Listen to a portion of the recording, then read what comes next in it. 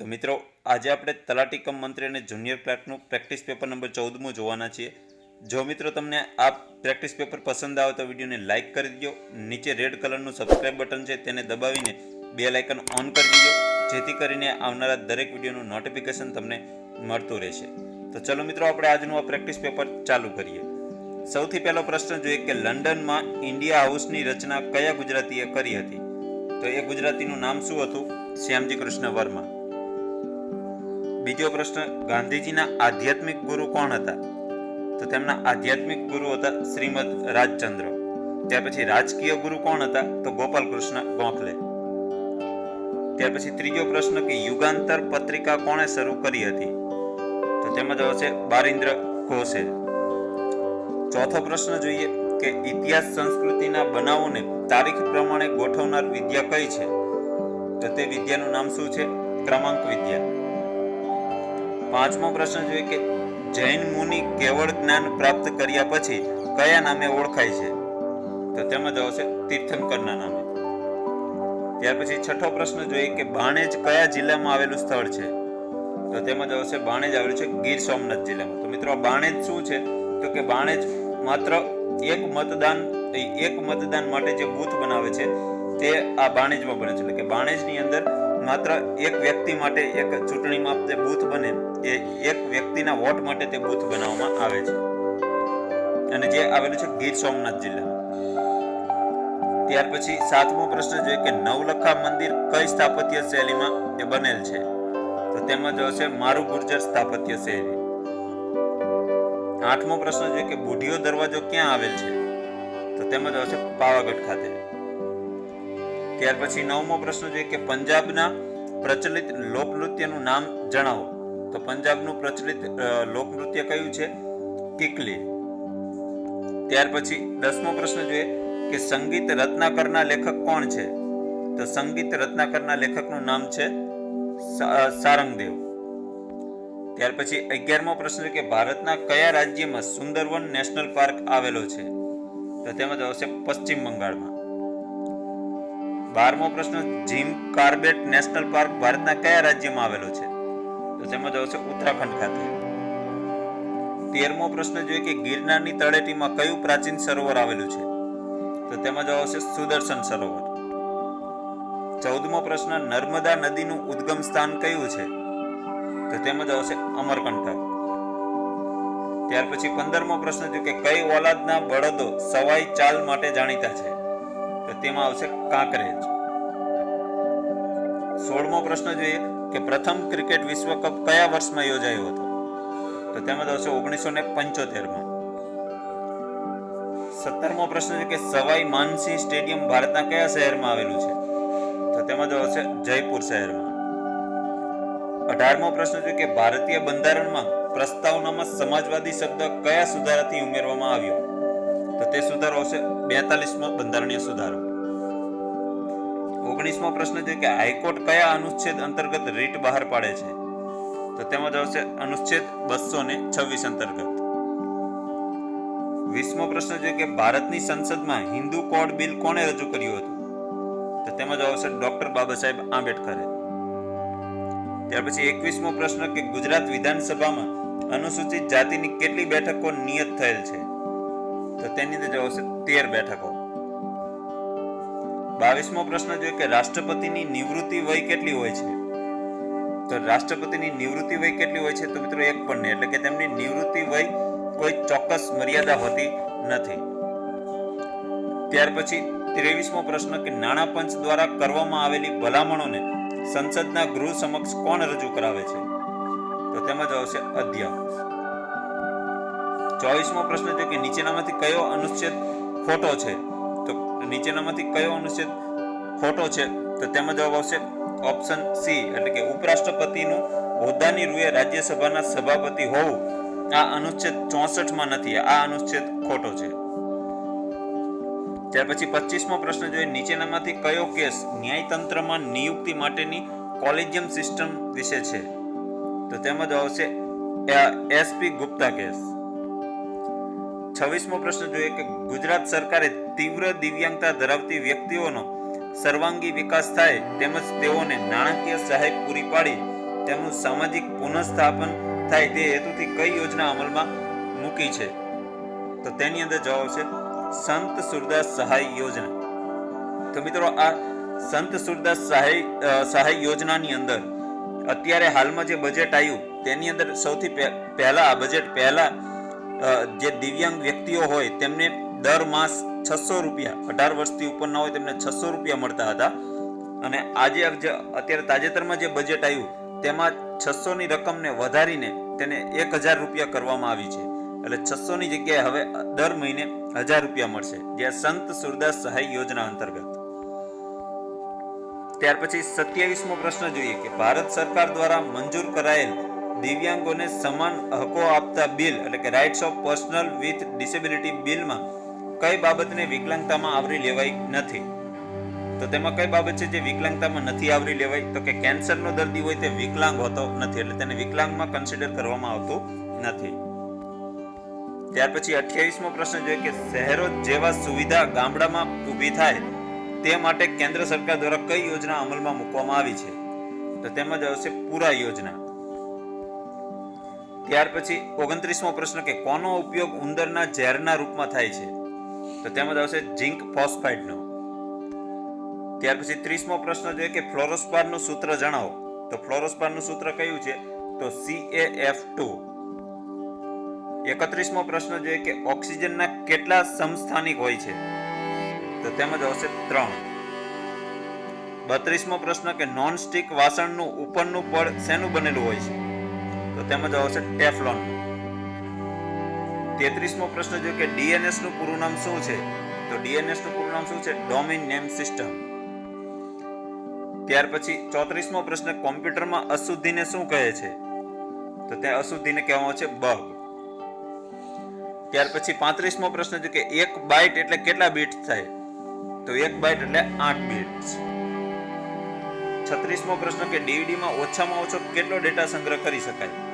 તો તેમાં જ આવશે 4.7 GB.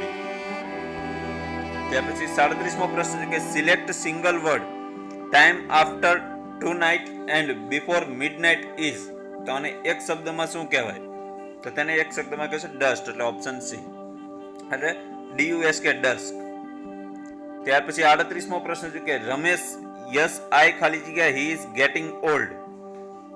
તો આ બ્લેન્ક્સ ની અંદર સાચો આન્સર આવશે એગ્રી, ઓપ્શન એ. 39મો પ્રશ્ન છે કે આઈ કેન ખાલી જગ્યા on him when I have sum problem. તો તેમાં આન્સર આવશે ટ્રસ્ટ. ત્યાર પછી 40મો પ્રશ્ન છે કે ચૂઝ એન્ટોનિયમ એટલે કે ફેલી શબ્દનો વિરોધી શબ્દ કયો થશે? તો તેમાં જ આવશે વિઝડમ. 41મો પ્રશ્ન ચૂઝ સિનોનિયમ. તો શ્રુડ શબ્દનો સમાનાર્થી શું થશે? તો તેનો સમાનાર્થી થશે સિંક્રોનાઇઝ, ઓપ્શન એ. ત્યાર પછી 42મો પ્રશ્ન છે કે આઈડેન્ટિફાઈ ધ કરેક્ટ સેન્ટેન્સ એટલે નીચેનામાંથી સાચું સેન્ટેન્સ કયું છે? તો કે he is flying a kite. તો આ ઓપ્શન સી સાચું સેન્ટેન્સ છે. 43મો પ્રશ્ન છે કે I have not heard from him ખાલી જગ્યા લાસ્ટ વીક. તો આ ખાલી જગ્યામાં જવાબ આવશે ઓપ્શન સી 4. 44મો પ્રશ્ન છે કે આઈ સેલ્ફડ ખાલી જગ્યા ધ સ્પીચ. તો તેની અંદર આન્સર આવશે ઓપ્શન ડી ડ્યુરિંગ. ત્યાર પછી 45મો પ્રશ્ન છે કે ખાલી જગ્યા church and the colonel built by Britishers. તો આ ખાલી જગ્યાની અંદર સાચો આન્સર કયો આવશે? તો ઓપ્શન એ ધ. 46મો પ્રશ્ન છે કે ખાલી જગ્યા Kishore go to the temple daily. તો તેની અંદર સાચો આન્સર આવશે ડઝ, ઓપ્શન એ. 47મો પ્રશ્ન જોઈએ કે હી વોન્ટ ટુ સ્ટે ખાલી જગ્યા હોમ ટુ નાઇટ. તો તેમાં આન્સર આવશે એટ, ઓપ્શન સી.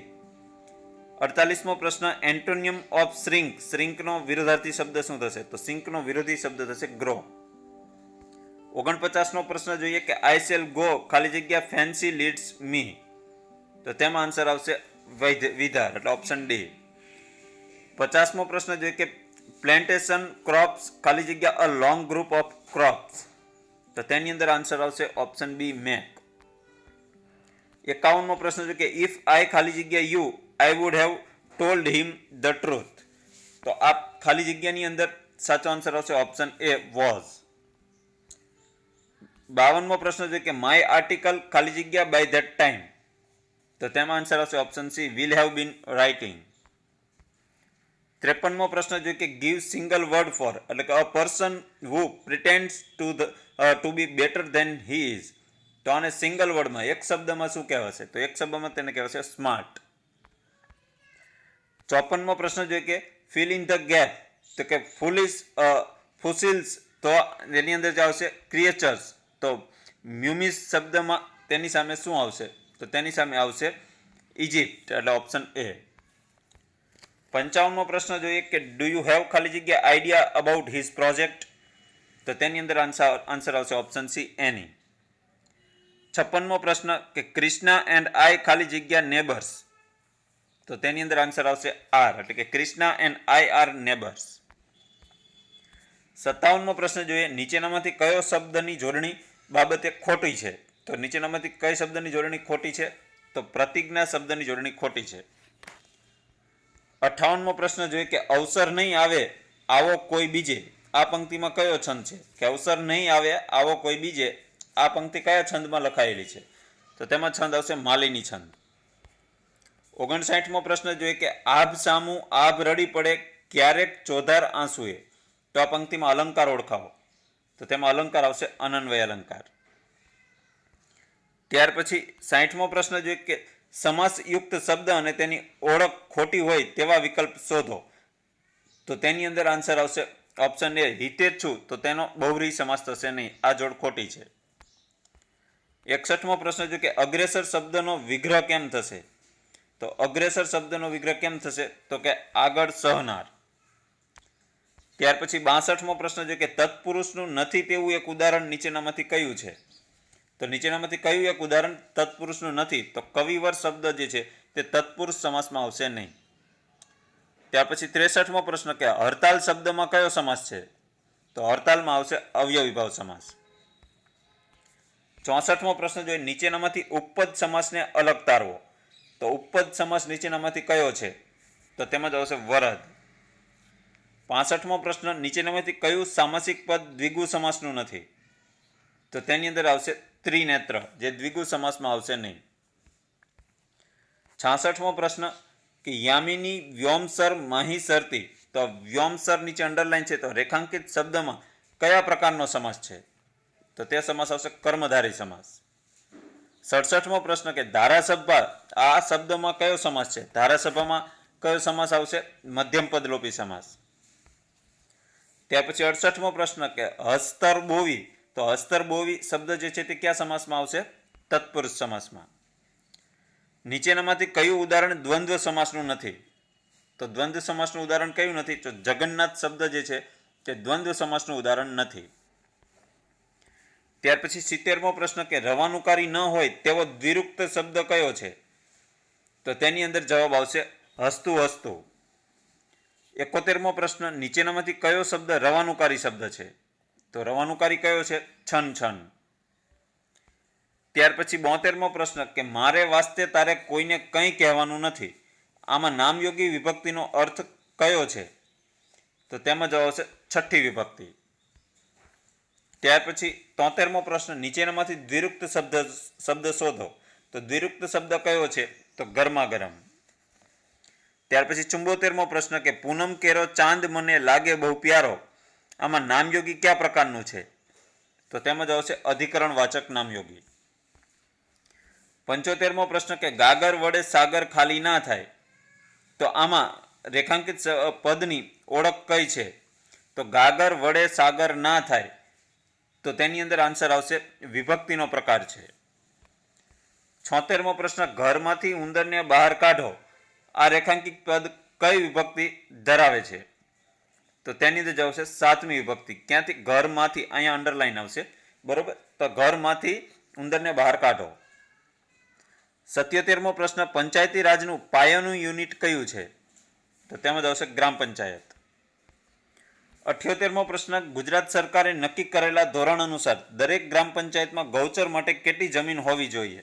તો મિત્રો આ પ્રશ્ન વારંવાર રિપીટ થાય છે, તો મિત્રો આ પ્રશ્નનો આપણે 2 વિડીયોમાં આવી ગયો છે, તો આનો આન્સર તમારે નીચે કમેન્ટ કરવાનો છે. જો આગળના વિડીયો તમે જોયા હશે તો તમને એકદમ સહેલો લાગશે અને તમે આસાનીથી તમે કમેન્ટ કરી શકશો. હવે મિત્રો જ્યારે તમે કમેન્ટ કરો ત્યારે ABCD કમેન્ટ નથી કરવાનું, અહીંયા જે લખેલું છે કે 100 ઢોર માટે 20 એકર, 40 એકર, 100 એકર કે 100 એકર, તો આવી રીતે તમારે લખીને કમેન્ટ કરવાનું છે. એકવાર તમે એનું કારણ છે કે એકવાર તમે લખશો તો તમને જલ્દી યાદ રહી જશે, બરોબર?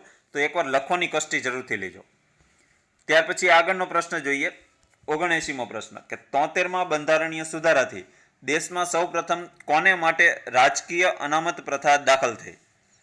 તો તેમાં જવાબ આવશે ઉપરોક્ત તમામ. એટલે કોને માટે? તો કે મહિલાઓ માટે, અનુસૂચિત જાતિઓ માટે અને અનુસૂચિત જનજાતિઓ માટે. 80મો પ્રશ્ન જોઈએ કે ગ્રામ વિકાસમાં બિન સામાજિક સંસ્થાઓની ભૂમિકા મહત્વપૂર્ણ છે. આ વિધાન કોણે આપેલું છે? તો આ વિધાન કોણે આપેલું છે? અશોક મહેતા સમિતિએ. 81મો પ્રશ્ન જોઈએ કે ગુજરાત આદિવાસી વિસ્તારો માટે પંચાયતોની વિશિષ્ટ જોગવાઈઓ કેવી રીતે કરવામાં આવી છે? તો તેમાં જવાબ આવશે ગુજરાત પંચાયત ધારો 1993માં સુધારો કરીને આ જોગવાઈ કરવામાં આવી છે. 82મો પ્રશ્ન જોઈએ કે પંચાયતી રાજ પ્રણાલીનો અમલ સૌપ્રથમ કયા રાજ્યમાં કરવામાં આવ્યો હતો? તો તેમાં જવાબ આવશે રાજસ્થાન રાજ્યમાં. 83મો પ્રશ્ન જોઈએ કે 1 કિલોગ્રામ સંતરાનો ભાવ 30 રૂપિયા છે, તો સંતરાનું વજન 100 ગ્રામ છે, તો એક સંતરાની કિંમત કેટલી થશે? તો એક સંતરાની કિંમત થશે 1 રૂપિયો. ત્યાર પછી 84મો પ્રશ્ન જોઈએ કે પાઈની કિંમત 3.1416 સૌપ્રથમ કોણે આપી? તો પાઈની બેઝ કિંમત કોણે આપી છે? તો આર્યભટ્ટે. ત્યાર પછી 85મો પ્રશ્ન જોઈએ કે રિયાની હાલની ઉંમર x વર્ષ છે, તેની હાલની ઉંમરમાં 7 વર્ષ ઉમેરતા રિધમની ઉંમર મળે તો રિધમની ઉંમર કઈ હશે? તો રિધમની ઉંમર કઈ હશે? તેમાં આવશે x + 7. 86મો પ્રશ્ન જોઈએ કે x માંથી 4 બાદ કરીને તેના બમણા કરતા તેનું સાંકેતિક સ્વરૂપ કયું હશે? તો તેનું સાંકેતિક સ્વરૂપ હશે 2 (x - 4). ત્યાર પછી 87મો પ્રશ્ન જોઈએ કે ત્રિકોણના બે ખૂણાઓના માપ સરખા છે, તો સરખા માપના દરેક ખૂણાનું માપ 45 અંશ હોય તો ત્રીજા ખૂણાનું માપ શોધો. તો ત્રીજા ખૂણાનું માપ કેટલું થશે? 90 અંશ. 88મો પ્રશ્ન જોઈએ કે એક પેટીમાં 48 સાબુ સમાય તો 3072 સાબુ સમાવવા માટે કેટલી પેટી જોઈએ? તો તેની અંદર જવાબ આવશે 64 પેટી. 89મો પ્રશ્ન જોઈએ કે એક ગામમાં 1280 કુટુંબ રહે છે, તો ભૂકંપ ફાળામાં દરેક કુટુંબ 75 રૂપિયા આપે છે, તો ભૂકંપગ્રસ્ત 48 લોકોને સરખે ભાગે આ રકમ વહેંચતા દરેકને ભાગે કેટલી રકમ આવશે? તો દરેકને ભાગે 2000 રૂપિયા આવશે. ત્યાર પછી 90મો પ્રશ્ન જોઈએ કે ZA11, ત્યાર પછી 4D13, ત્યાર પછી 12G17, આવી રીતે સિરીઝ જે છે, તો આ સિરીઝમાં ખૂટતું પદ હવે પછીનું પદ કયું આવશે? તો તેમાં આવશે 48J19. ત્યાર પછી 91મો પ્રશ્ન જોઈએ કે 7, 25, 61, 121 અને ત્યાર પછીની સંખ્યા કઈ આવશે? 211.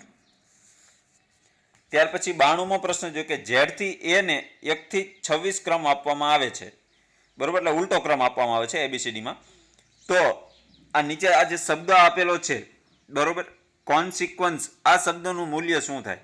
તો આ શબ્દનું મૂલ્ય કેટલું થશે? 176. ત્યાર પછી 93મો પ્રશ્ન છે કે એક માણસ પૂર્વમાં 6 મીટર ગયો, ત્યારબાદ તે દક્ષિણમાં 8 મીટર ચાલ્યો, હવે તે તેના ચાલવાના સ્થળથી કેટલા મીટર દૂર હશે? તો હવે તે ચાલવાના સ્થળથી કેટલા મીટર દૂર હશે? 10 મીટર. ત્યાર પછી પ્રશ્ન નંબર 94 જોઈએ કે ભારત સરકારના વાણિજ્ય અને ઉદ્યોગ મંત્રાલયના logistics is across different status, તો આના લીડ્સ ઇન્ડેક્સ 2021માં કયું રાજ્ય પ્રથમ ક્રમે છે? તો તે રાજ્ય હશે ગુજરાત રાજ્ય. 95મો પ્રશ્ન જોઈએ કે તાજેતરમાં દિલ્હી પ્રાદેશિક સુરક્ષા સંવાદ ઓન અફઘાનિસ્તાનનું આયોજન થયું હતું, જેની અધ્યક્ષતા ભારતના NSAમાં કોણે કરી હતી? તો તેની અંદર જવાબ આવશે અજીત ડોભાલે. 96મો પ્રશ્ન જોઈએ કે અવકાશમાં ચાલનારી પ્રથમ ચીની મહિલાનું નામ જણાવો. તો તે ચીની મહિલાનું નામ છે વાંગ યામ્પિંગ. 97મો પ્રશ્ન જોઈએ કે તિયાંગોંગ, તો તિયાંગોંગ કયા દેશનું સ્પેસ સ્ટેશન છે? તો તેમાં જ આવશે ચીનનું. ત્યાર પછી 98મો પ્રશ્ન જોઈએ કે શાંતિ અને વિકાસ માટેના વિશ્વ વિજ્ઞાન દિવસ તરીકે કયો દિવસ ઉજવાય છે? તો તેમાં જ આવશે 10 નવેમ્બર. 99મો પ્રશ્ન જોઈએ કે રાષ્ટ્રીય ગ્રાહક દિન 2021ની થીમ શું હતી? તો તેની થીમ હતી ઓપ્શન A, તેમાં જો ટ્રેકિંગ પ્લાસ્ટિક પોલ્યુશન, તો ટ્રેકિંગ પ્લાસ્ટિક પોલ્યુશન જે છે તે રાષ્ટ્રીય ગ્રાહક દિન 2021ની થીમ હતી. ત્યાર પછી આજના વિડીયોનો છેલ્લો પ્રશ્ન એટલે કે 100મો પ્રશ્ન જોઈએ કે રિઝર્વ બેંક ઓફ ઇન્ડિયા એટલે કે આરબીઆઈએ નવા ક્રેડિટ અને ડેબિટ કાર્ડ ડેટા સ્ટોરેજ ધોરણો અથવા કાર્ડ ઓન ફાઇલ ટોકનાઇઝેશન એટલે કે COF ના અમલીકરણ માટેની સમય મર્યાદા વધારીને ક્યાં સુધી કરી છે? તો તેમાં જવાબ આવશે 30 જૂન 2022 સુધી કરી છે. તો મિત્રો આ આપણે તલાટી કમ મંત્રી અને જુનિયર ક્લાર્કનું પ્રેક્ટિસ પેપર નંબર 14મું જોયું. જો તમને આ પ્રેક્ટિસ પેપર પસંદ આવ્યું તો વિડીયોને લાઇક, શેર અને આ ચેનલને સબસ્ક્રાઇબ જરૂરથી કરી દેજો. અને મિત્રો સબસ્ક્રાઇબ કરીને બેલ આઇકનને ઓન કરવું ભૂલતા નહીં, જેથી કરીને આવનારા દરેક વિડીયોનું નોટિફિકેશન તમને મળતું રહેશે. તો ચલો મિત્રો આજનો વિડીયો અહીં પૂરો કરીએ છીએ. જય હિન્દ, વંદે માતરમ.